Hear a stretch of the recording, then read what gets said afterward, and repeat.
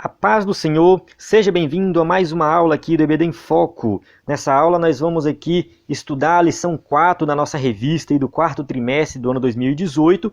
Essa revista que está falando de parábolas e o título dessa revista é Perseverando na Fé. Então você que já deu uma estudada, já deu uma lida aí sobre a lição, sabe que nós vamos falar da parábola do juiz iníquo ou a parábola da viúva perseverante, ou a parábola do juiz e da viúva, ou seja, o nome da parábola pode variar de livro para livro, de Bíblia, que é aquele títulozinho da Bíblia lá, colocado pelo editor da Bíblia lá, né, que é a editora que ela coloca, não é inspirado, então pode variar de Bíblia para Bíblia, mas eu acho que você já identificou a parábola que nós vamos estudar, né? Essa parábola é uma parábola que, segundo aí alguns escritores, alguns teólogos, é uma das mais difíceis de serem interpretadas. Eu não acho. Eu acho que tem algumas mais complicadas, porque essa parábola ela está dentro de um contexto. Quando a parábola está dentro de um contexto, ela fica mais fácil de ser interpretada. Quando você olha para a parábola ali do...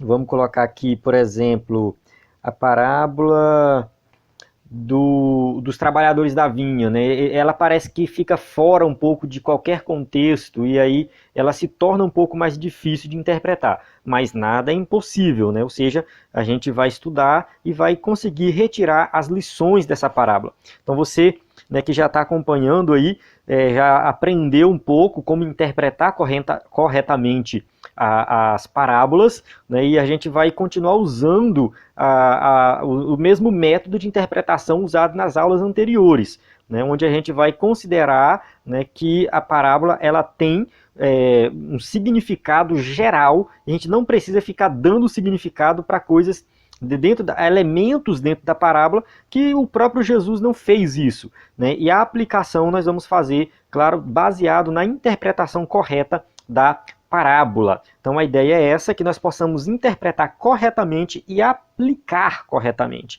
Então a gente tem que fazer isso aí, né? Essa aula ela vai ser ministrada aqui no slide, que você pode baixar e usar na sua igreja. Basta acessar o site do EBD em Foco, ebdemfoco.com.br. Lá você encontra o slide, subsídios, você vai encontrar cursos de capacitação, um curso sobre parábolas. Você vai encontrar um conteúdo completo, né, que vai lhe auxiliar a ministrar uma aula de excelência, né? Então, entre lá no site do EBD em Foco, principalmente você que gosta de usar slide e não tem tempo de fazer, né, vai lá que você encontra pronto. Outra coisa é que eu tenho demorado um pouco nas minhas aulas, e minha aula tem ficado muito longa, né, nessa revista, né? E eu peço perdão, mas é porque dois motivos. Um é que a lição é muito grande mesmo. Então eu que tenho experiência fazendo slides da EBD, que já tem mais de 2 anos que eu faço slide toda semana, eu percebi que essa revista é uma das mais longas, mais grandes em conteúdo do que eu já fiz dos últimos 2 anos e meio, vou colocar assim. É bem grande mesmo. Então quase todos os slides estão ficando com 60 slides. E aí é difícil resumir aqui na aula. Eu vou tentar, eu coloquei aqui um cronômetro aqui agora, para eu medir o meu tempo, para não passar de 45 minutos e mesmo assim entregar todo o conteúdo relevante que eu estudei e me preparei para passar aqui para você que está estudando agora. Então pegue a caneta e o papel, né, e anote tudo, né? Ou seja, dá pausa, né? O bom do vídeo é que você pode pausar e qualquer dúvida pode colocar no comentário, que a gente está aqui, né? Não somente eu, mas os irmãos que estão assistindo, todos têm a autorização e deve fazer isso, né? Responder as perguntas dos irmãos, alguma dúvida, qualquer coisa, é só entrar em contato. Tem o número do WhatsApp aí também na descrição do vídeo, que você pode entrar em contato para tirar alguma dúvida. Vamos começar aqui. O texto áureo diz o seguinte: e Deus não fará justiça aos seus escolhidos, que clamam a ele de dia e de noite, ainda que tardio para com eles? Lucas 18, 7. Avançando, verdade prática: quanto mais perseverarmos na fé, melhor entenderemos a vontade de Deus. Aqui eu quero abrir um parêntese, né, e falar sobre o título dessa lição. Na verdade, prática está falando aqui de perseverança na fé. O título da revista fala também de perseverança na fé, da revista, da lição, né? Então, quando a gente fala de perseverar na fé, a gente está falando de algo mais amplo, né? Só que essa lição, ela vai para um ponto específico, que é a oração. Então, assim, não é que o título esteja errado, mas se eu tivesse escrito essa lição, eu colocaria perseverando na fé com oração. Eu complementaria, né? Porque a perseverança na fé é algo muito amplo, mas a oração é um aspecto dessa perseverança, né? Então eu afunilaria e colocaria no título a palavra oração, né? Para que nós possamos entender que essa perseverança ela tem algo prático, que é orar, né? Perseverar na oração. A leitura bíblica em classe encontra em Lucas 18, de 1 a 8. Eu costumo pular essa leitura para ganhar tempo aqui no vídeo, mas eu quero dar uma dica para você. Leia o capítulo 17 de Lucas e leia todo o capítulo 18, porque essa parábola está dentro de um contexto escatológico, né? Ou seja, Jesus está falando do fim dos tempos e ele encerra o seu discurso sobre o fim dos tempos com essa parábola. E logo depois ele conta uma outra parábola sobre oração, que é a parábola do fariseu e do publicano. Então, essa parábola ela está espremida, né, entre um discurso sobre o fim dos tempos e uma outra parábola sobre a maneira correta de orar. Então, quando a gente lê essa parábola dentro desse contexto, a gente entende melhor ela, né, e consegue saber o seu significado e sua aplicação. A introdução diz o seguinte, que a perseverança na fé é uma das exortações bíblicas mais urgentes nos dias de hoje, sobretudo quando acompanhada da oração, pois essa também é de suma importância, visto ser a forma de comunicação vital dos discípulos com o Pai soberano nesses tempos perigosos até o estabelecimento final do reino de Deus. Então a gente está vivendo os últimos dias e falar desse tema é de suma importância. Eu quero que você assista essa aula com esse pensamento. Estamos nos últimos dias e nós precisamos perseverar na oração. Assista essa aula com esse pensamento, porque esse é o contexto dessa parábola, né? É muito importante saber disso, porque ali quando Lucas escreve, é bem provável que ele seguiu o raciocínio do discurso de Jesus, né, colocando essa parábola dentro desse contexto. Então, realmente, as pessoas que ouviram essa parábola a primeira vez estavam ouvindo ela dentro do contexto escatológico, fim dos tempos, né? As coisas estão difíceis e nós temos que perseverar. Essa parábola, também conhecida como parábola da viúva persistente. Olha aí como é que o escritor da revista muda, né? Viúva persistente. Mostra que a oração intermitente em tempos de crise é meio pelo qual os discípulos do reino se valem da justiça do Pai a seu favor. Então a gente vai falar de oração. O fato de eu sempre estar reforçando aqui que você tem que ter em mente a questão do fim dos tempos, é porque assim, uma oração, né, uma parábola que fala de oração, do dia a dia, do cotidiano, do que a gente está precisando. Se eu fosse ministrar um estudo sobre esse tema, eu iria lá para a parábola do amigo à meia-noite, que chega na casa do rapaz à meia-noite pedindo pão, né, e aí ele insiste até ele consegue. Eu iria para essa parábola, né? A parábola aqui da viúva, ela está dentro de um contexto de oração, mas não em algo específico, mas de uma vida de oração, né? Ou seja, vivemos nos últimos dias e nós temos que viver em oração o tempo todo, né? Ou seja, momentos de oração, oração no trabalho, oração quando está dirigindo, conectado com Deus, né? Nunca desanimar, né? Mesmo diante de tudo de ruim que está acontecendo ao nosso redor, né? Então a gente tem que ter isso em mente nessa parábola. Interpretando a parábola do juiz iníquo, uma parábola difícil, né? Muitos estudiosos consideram ela uma das mais difíceis, né? Já falei um pouco disso, eu acho que não é, mas ela realmente é difícil, no sentido de que ela fala de um juiz iníquo. Talvez esse nome aqui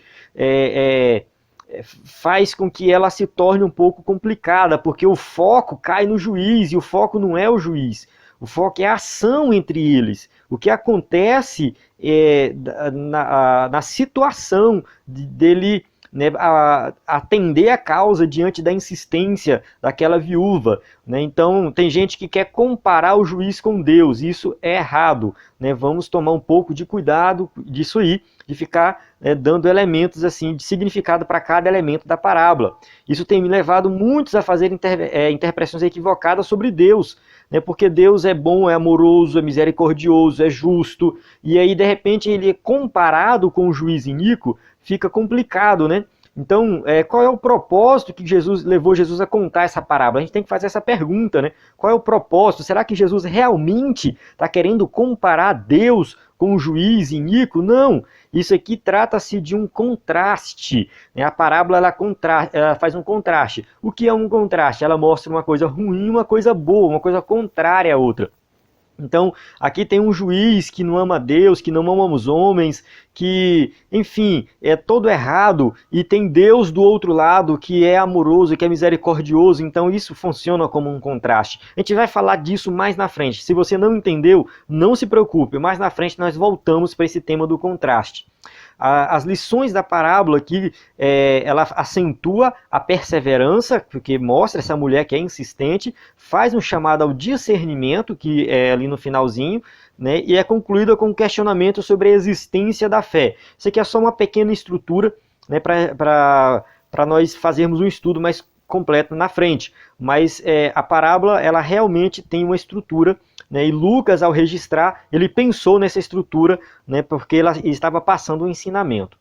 Vamos falar um pouco do juiz. Né, falamos um pouco da parábola em si, vamos falar do juiz, que é um personagem, né, então ele é introduzido na história, né, falando que existia um juiz, havia um juiz, e a questão toda é, mais uma vez, né, o escritor da revista está preocupado com isso, e eu também estou preocupado, porque a gente tem que tomar muito cuidado na interpretação das parábolas. Não é preciso interpretar ao pé da letra cada detalhe da parábola. Então, eu não tenho que ficar dando significado, né? Quem é a viúva? Ela representa o crente, ela representa os discípulos, ela representa a igreja. Não precisa fazer isso.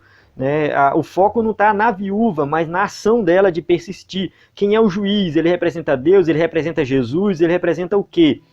Quem é o adversário daquela mulher que ela está lutando a causa? Quem é? Tem gente que vai pregar e vai dizer que o adversário é o diabo. Não faz sentido isso. Eu não tenho que ficar dando significados para entender a parábola. Então, só que uma coisa, eu preciso, para entender essa parábola, eu preciso me transportar para a Palestina do século I, né, e ali eu entender aquele contexto, né, que as pessoas estavam vivendo. Porque quando Jesus conta essa parábola, muito provavelmente era algo comum naquela época, viúvas procurarem juízes para serem atendidas. Né? Então pode ser, né, que isso era uma história comum e as pessoas compreenderam a parábola de forma mais clara. Por isso que nós precisamos entender um pouco esse contexto, como que acontecia, quem eram os juízes, né, por que Jesus conta colocando o juiz em uma viúva. Vamos lá, né? O que eu falei aqui. Então, tudo indica que na estrutura jurídica do judaísmo antigo existiam dois sistemas de tribunais. Tinha o judaico e tinha o gentílico. Ou seja, o sistema judaico eram juízes que eram judeus, provavelmente fariseus. Então, há registros, tinha o Sinédrio, né, que tinha 71, mas tinha também estruturas menores de juízes, né, de 7 juízes, de 3 juízes e até de 1 juiz. E tinha o gentílico, que eram juízes colocados pelo Império Romano, que também atuavam ali para resolver causas das pessoas. Provavelmente o juiz dessa parábola era gentil, ou seja, era romano e não um judeu.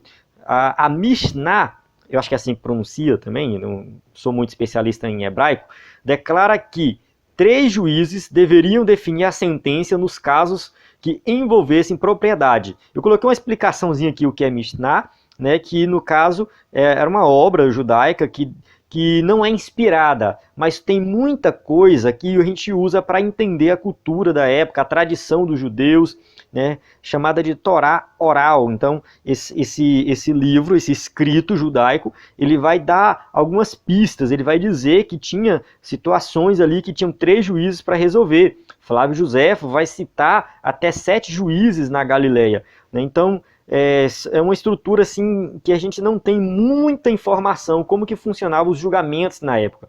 Então essa parábola ela vai supor que tinha somente um juiz, né? Então será que ele era o chefe dos juízes, né? Será que nesse julgamento mais simples era somente um juiz que cuidava da causa? Então a gente vai surgir algumas dúvidas, algumas perguntas, mas a gente imagina que é simplesmente para simplificar a narrativa. No lugar de Jesus ficar contando detalhes do sistema jurídico, porque tinha vários juízes e somente um juiz ajudou e tal, ele simplifica, só tinha um juiz, a mulher foi lá, clamou, até ele atendeu. Então Jesus ele simplifica a história para que nós possamos entender melhor o seu significado. A viúva, vamos falar um pouco da viúva. As viúvas eram reconhecidas pelas suas roupas típicas, as quais indicavam a situação, a sua situação. Tem uma passagem de Gênesis que fala de Tamar, a nora de Judá, que quando ficou viúva dos seus filhos, ela vestiu uma roupa, né, específica, e ela se levantou e foi e tirou sobre si o seu véu e vestiu vestidos da sua viuvez. Então tem outras passagens bíblicas e em outros livros da Bíblia que indicam isso aqui, né? Outros livros apócrifos, vamos colocar assim, livros apócrifos fora da Bíblia, né?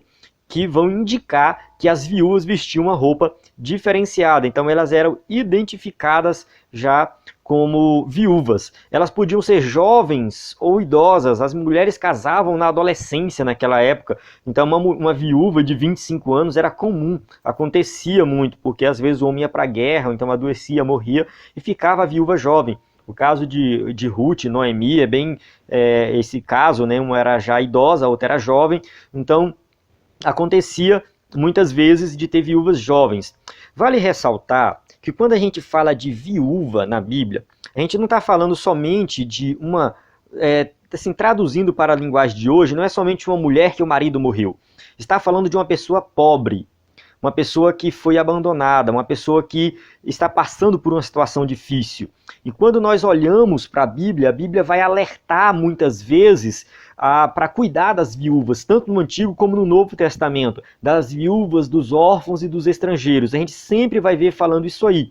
Então toda vez que você vê falar viúvas, órfãos e estrangeiros, está falando de pessoas pobres que precisam de ajuda, né? Então essa parábola ela é atual também, né? Trazendo para os dias de hoje, a gente tem pessoas pobres recorrendo a juízes que não estão nem aí para julgar a sua causa, enquanto pessoas ricas vão lá, né, e compram esses juízes. Então, pessoas pobres tentando resolver causas e juízes iníquos existem também nos dias de hoje, né? Então, vamos ficar em mente que ser viúva era complicado naquela época. Olha só a situação das viúvas. A maioria delas não tinham nenhuma forma de subsistência, porque elas não tinham condições de trabalhar. Então, como Ruth e Noemi fizeram, né, Ruth foi para o campo colher as espigas que caíam. Quando colhiam e caíam, eu já falei isso em aulas anteriores, era tipo uma ajuda financeira, né, uma Bolsa Família para aquelas pessoas pobres. A colheita ia acontecendo, eles iam, o que caía ficava para os pobres, e as viúvas pegavam, né? Se permanecessem na família do falecido, o que acontecia? Elas se tornavam servas, elas iam trabalhar, né, feito uma condenada lá. A situação não era muito difícil nas outras situações, porque se elas retornassem para a sua família de origem, teriam que devolver o dote, o dinheiro, né, da transação lá que foi feito. Então, às vezes o dinheiro nem existia mais, já tinha sido gasto, então a família ia ficar prejudicada, né? Como é que ela volta para a sua família vai ter que vender tudo que tem para devolver para outra família. E algumas vezes eram vendidas como escravas, para quitação de dívidas. Essa situação aqui ela é um pouco específica daquela época, porque a escravidão daquela época não era com pessoas negras por causa disso e daquilo, não. Como aconteceu aqui na América. A escravidão naquela época era com qualquer pessoa. E ela estava mais vinculada à questão de dívida. Se você devia um dinheiro para alguém e não tinha condição de pagar, você ia trabalhar como escravo para aquela pessoa por algum tempo, não era a vida inteira. Então, por um tempo, você trabalhava até pagar a dívida que você tinha. Seria interessante, né, no dia de hoje ter isso, mas enfim, é outro contexto. Então, muitas vezes as viúvas se vendiam como escravas para quitar dívidas, e às vezes dívidas do marido dela que morreu, né? Portanto, né, uma mulher pobre, né, por causa da morte do seu marido, que ficava privada do amparo social, em caso de controvérsias de ordem pública, alguma situação que ela estava lá, né, para resolver, e se ela não tivesse dinheiro, não tinha dinheiro, ela precisava confiar na honestidade dos magistrados. Então, ou seja, ela tinha que recorrer aos juízes para que elas pudessem ter a causa delas resolvidas. O caso e a perseverança. Uma mulher tinha uma causa, olha só, vamos detalhar um pouco essa parábola. Tinha uma causa que tinha que ser apresentada a um juiz.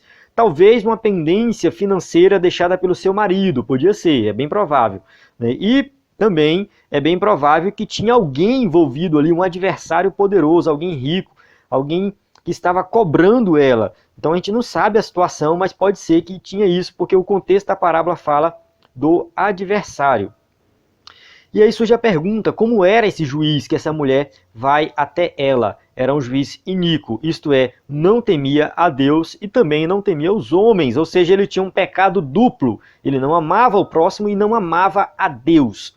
Então a gente tem esse homem, que é esse juiz, que essa mulher vai até ele para ter sua causa resolvida, mas ela vai com o coração decidido e uma disposição muito grande, né? E tem uma palavra aqui, né, molesta, né? Essa viúva me molesta, indica o que? Uma perseverança da viúva diante do juiz. Ela não desistiu, ela não desanimou, ela continuou ali até alcançar, né, o que ela queria, e por fim o juiz, né, não aguentou mais a importunação e resolveu o seu problema, né? Resolveu a sua causa, deu causa ganha para ela. Então vamos explorar um pouco aqui sobre as lições dessa parábola. Você já entendeu o contexto, entendeu a parábola, vale ressaltar que é muito importante o fato dessa parábola estar registrada em Lucas, que Lucas dá uma atenção especial às mulheres, às viúvas, aos estrangeiros. O evangelho que Lucas apresenta é esse evangelho que abrange a todos, né, principalmente os excluídos.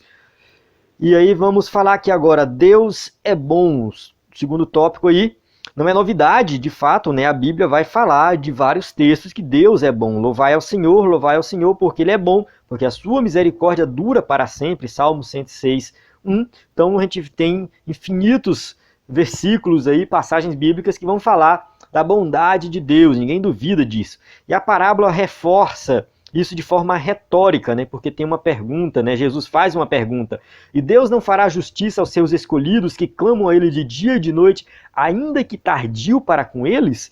Né? Ou seja, se um juiz iníquo fez isso, Deus não vai fazer? Né? Será que Deus não vai agir de forma bondosa e amorosa para aqueles que creem nele? Então a bondade de Deus faz com que Ele ouça os seus servos, né? E tem uma outra passagem de Mateus que reforça isso, né? Se vós, pois, sendo maus, sabeis dar coisas boas aos vossos filhos, quanto mais, né, vosso Pai que está no céu dará bem aos que lhe pedirem. Mateus 7,11. Então, aqui Jesus ele também está falando desse contraste, né? O homem, o ser humano é mau, né? Mas ele sabe dar coisas boas. Por quê? Porque a bondade que tem no homem foi Deus que deu também. E ele é bom por natureza, ele vai dar tudo que nós pedirmos em oração. Na parábola que estamos estudando, encontramos a viúva clamando, né? Ou seja, ela clama, ela persiste, ela vai até esse juiz. Vale ressaltar aqui que essa parábola é uma parábola narrativa duplamente indireta. O que isso significa? Que ela tem uma história, mas tem um ensinamento por fora dessa história. Então a história aqui está contando sobre uma mulher que persevera, que clama diante de um juiz iníquo. Mas Jesus está ensinando aqui um conteúdo voltado para cristãos que vão perseverar diante de Deus, que é amoroso, né? Um ensinamento sobre oração, uma vida de oração. Então aqui é por isso que é duplamente indireta, tem um domínio aqui na vida real e tem um domínio na história. Concluímos aqui que Jesus usa essa parábola para ensinar duas verdades. Por isso que eu fiz essa observação aqui, porque nós temos duas verdades diante dessa história. A história é uma coisa, vamos ver as verdades que Jesus quer ensinar. Uma, Deus é justo. Jesus está falando um pouco do caráter de Deus, né? Porque ele é justo, ele é bondoso, ele é amoroso. Então essa parábola vai explorar isso aí, o caráter de Deus. E uma outra lição, devemos perseverar na oração. Ou seja, diante da iminência da volta de Jesus, Jesus está prestes a voltar, o mundo está caminhando de mal a pior. Como que o cristão deve se comportar? Em oração. Esse é o contexto da parábola e esse é o nosso contexto também. Ou seja, nós vivemos, né, nos últimos tempos. E Jesus está dando aqui uma dica de como que nós devemos nos comportar vivendo nos últimos dias. Né? Então, ele deixou bem claro que nos últimos dias nós temos que perseverar na oração. Deus é justo. Vamos falar aqui desse primeiro aspecto. Além da bondade do Pai, o crente sabe que ele é justo. Deus é bom, ele é maravilhoso, mas ele é justo. Né? Tudo que está acontecendo de errado, um dia vai ser punido. Você pode pensar assim, nossa, eu vi uma situação muito triste, né? Um filho tratando mal o pai. A gente vê muito isso, né? Às vezes, né, o filho menosprezando o pai, tem filho batendo em pai, situações críticas até de filho matar o pai. Né? E aí a gente vê assim, meu Deus, o que é isso? Né? Como que tá? Né? E essa pessoa que fez essa maldade, ela está vivendo de boa, ela está andando de um carro bom, ela está morando numa casa boa, ela ganha um salário bom, e a gente não vê nada de punição para aquela pessoa. Né? E a gente fica pensando, será que vai ser assim? Vai continuar assim? E eu estou dando esse exemplo, mas quando nós olhamos para o mundo, exemplos de maldade não faltam, mas Deus vai fazer justiça. Um dia ele vai fazer justiça. Ou seja, a maldade do homem tem um preço muito alto. Então Deus ele está segurando a sua ira, porque realmente a maldade do homem não pode passar impune. Se Deus ele não punir essas maldades, nós vamos dizer que Deus é injusto.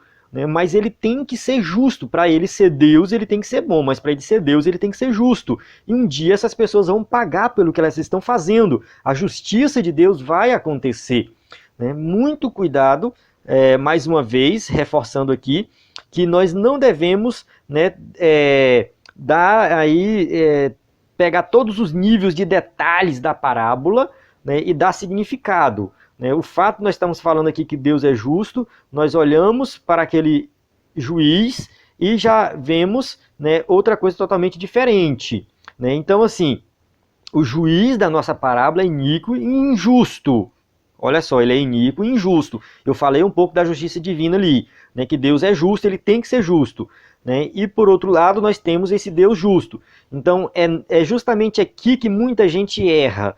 Querer comparar o juiz injusto com Deus. Não é comparar. O juiz não é como Deus. Não é um símile, não é uma metáfora. Não, não é isso. É um contraste. É o elemento de contraste da parábola. De um lado, nós temos o juiz injusto, que provavelmente está favorecendo algumas pessoas, e de outro lado, nós temos um Deus justo, que ele vai ali punir todo tipo de injustiça.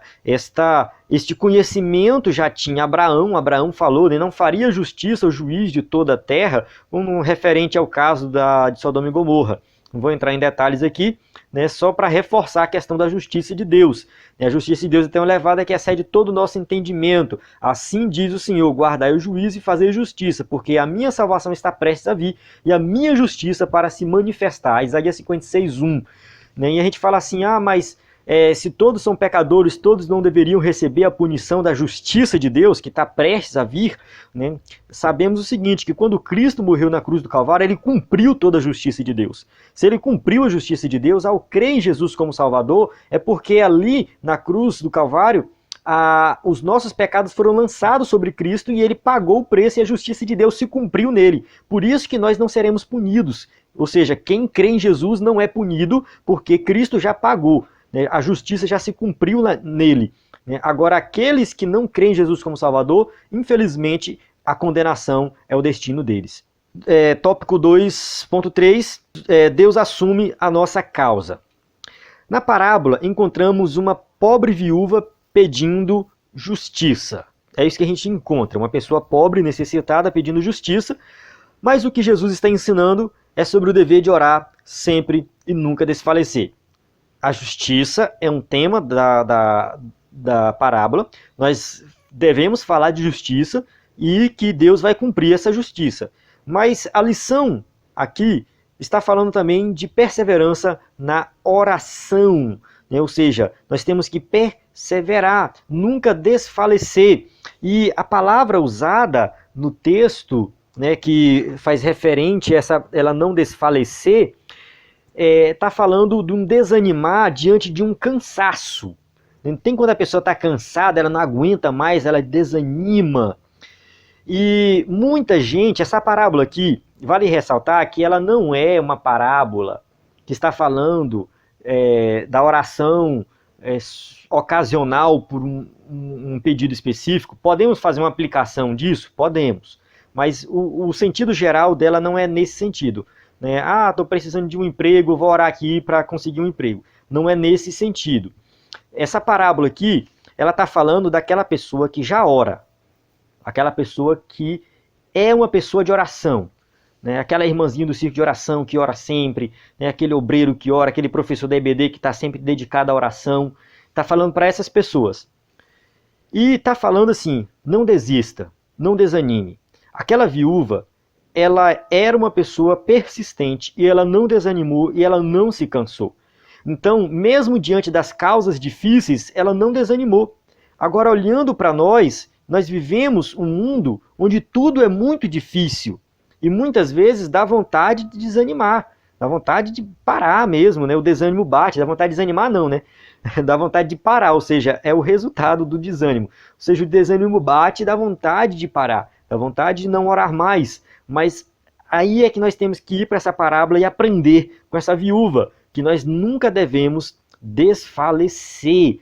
Assim, ao mesmo tempo em que ensina sobre oração e perseverança, o mestre, né, vai lembrar um preceito da lei que Deus assume a nossa causa. Então, ou seja, por que eu não vou desfalecer? Porque Deus assume a minha causa. Pois o Senhor vosso Deus é o Deus dos deuses, o Senhor dos senhores, o Deus grande, poderoso e terrível, que não faz acepção de pessoas e nem aceita recompensas, faz justiça ao órfão, à viúva e ama o estrangeiro, e dando-lhe pão e veste. Então aqui, nessa parábola, nessa passagem do Deuteronômio, está falando da justiça que Deus faz para aqueles que precisam de algo, do necessitado, mas também nós temos que lembrar desse contexto escatológico, das dificuldades da vida, do dia a dia, da pobreza que a gente vê também acontecendo, dos políticos corruptos, de tudo isso, e a gente nunca desanimar e continuar vivendo uma vida cristã em oração, intercedendo por esse mundo caído.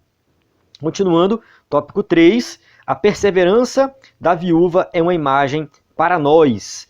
Vamos fazer algumas aplicações nesse tópico aqui, mais específica. Oração. Até que o nosso Senhor retorne, olha só a vinda de Jesus. Infelizmente, viveremos em uma constante luta contra o pecado.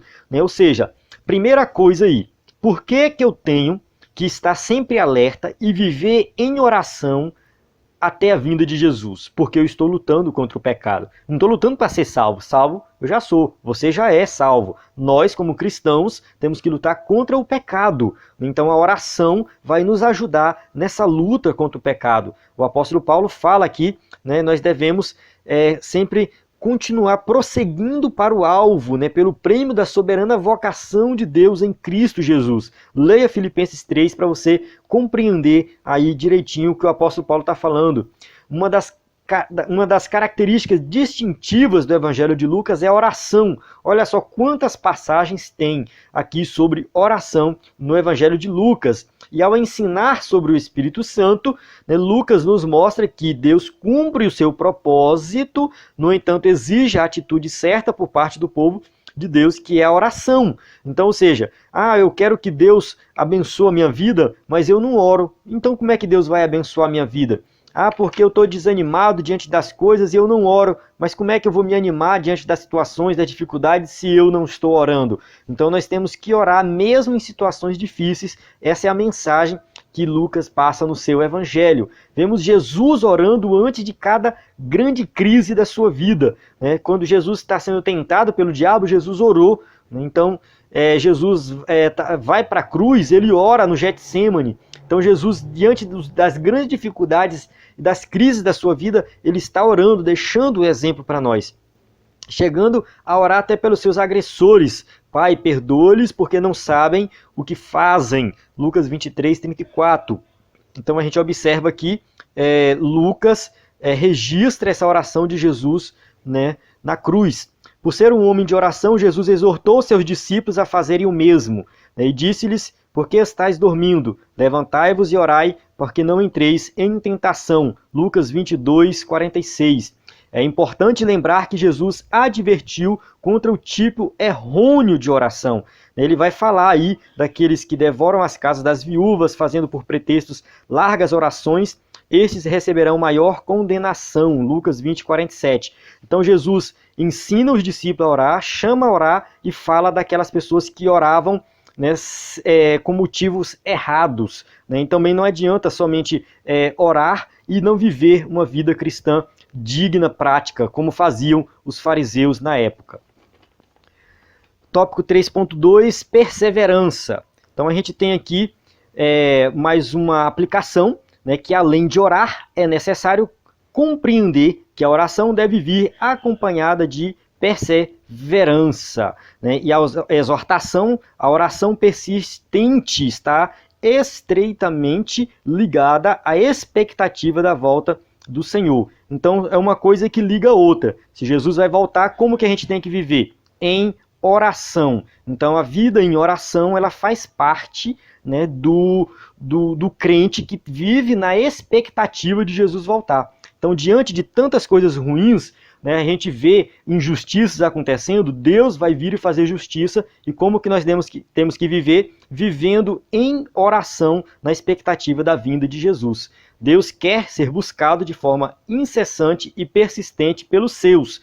Ou seja, Deus quer que os seus filhos busquem a Ele. Ou seja, viver em intimidade com Ele tem que ser assim o comportamento do cristão, né? Pois a perseverança levará em conta o tempo de espera como um meio para aclamar e purificar a nossa vida no aprendizado das coisas de Deus.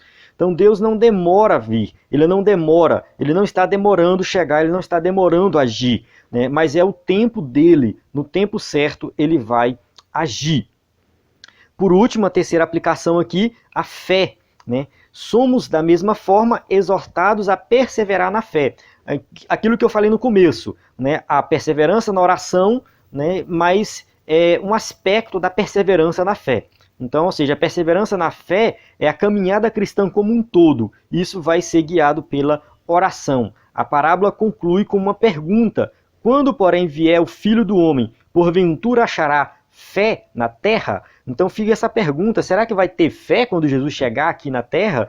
Então, assim, a gente vê, né, que o amor de muitos está se esfriando, muita gente não tem mais fé. Mas Jesus, ele faz essa referência aqui à fé, que é uma fé perseverante. Alguns teólogos defendem a ideia que aqui a tradução deveria ser fidelidade. Ou seja, será que ele encontra fidelidade? Porque eu tenho fé, mas você obedece? Não, então não é uma fé verdadeira. Então uma tradução melhor aqui é fidelidade. Será que quando o Filho do Homem vir, ele vai encontrar fidelidade na terra? Pessoas que são fiéis a ele e obedecem e estão orando? Então é uma pergunta, né? E após essa interrogação, no caso, a própria interrogação traz uma conexão direta com a parábola, né? Ou seja, Jesus ele faz essa interrogação e ele conecta com a parábola. Por quê? Pois questiona se o filho do homem irá encontrar uma fé persistente como a da viúva, né? Ou seja, será que em meio às dificuldades, às tribulações, nós vamos continuar vivendo uma vida de fidelidade? Né? Porque se eu vivo uma vida de fidelidade, significa que eu tenho uma fé persistente e eu vou demonstrar isso confiando em Deus, orando, né? E vivendo uma vida de intimidade com Deus. A fim de preservarmos esse tipo de fé, precisamos cultivar uma vida de oração constante e persistente. Então, na prática é isso que a gente tem que viver. E é isso que essa parábola vai nos ensinar. Né? Que nós devemos, mesmo diante, né, de tudo que acontece, nós temos que cultivar uma vida de oração. E cultivar é ter o hábito de orar diariamente, é viver conectado com Deus 24 horas por dia. Né? Você vai estar orando sem cessar, como ensinou o apóstolo Paulo. Conclusão: a interpretação dessa parábola como ensino sobre oração persistente tem sido a melhor interpretação ao longo da história da igreja. A viúva, que com a sua insistência constrange o juiz à intervenção, é um modelo de perseverança na fé e na oração confiante. Ou seja, Jesus conta uma parábola sobre uma viúva que insiste com o juiz para ensinar a nós a sermos perseverantes em oração. Esperar com firmeza e fidelidade da vinda do Filho do Homem, ou seja, a consumação da nossa salvação, é o melhor incentivo para a oração corajosa. No mundo tereis aflições, disse Jesus, mas somos convocados a permanentemente invocar a Deus por socorro, pois sempre fará justiça aos que clamam a Ele. Deus sempre estará junto daqueles que perseveram na fé e na oração.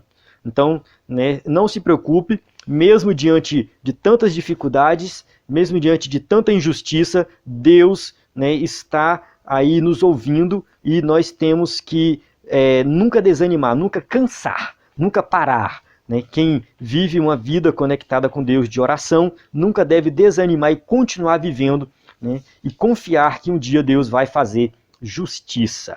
Amém? A gente chega aqui no final dessa aula. Temos aqui as perguntas para você que vai usar o slide aí na sua igreja. Né? E por último aqui, né, eu quero apresentar aqui um slide que eu tenho especial aí sobre a reforma, caso você queira ministrar na sua igreja. Nós temos esse slide, basta entrar em contato, que é um slide para 1 hora de aula, onde você vai entender todo o contexto, né, da reforma protestante, Lutero, 5 sola, enfim. Você vai compreender tudo isso aí dentro desse slide. Também tem um curso sobre esse tema dentro da plataforma que você vai ver lá. Então encerro aqui, né, a paz do Senhor, até a próxima aula.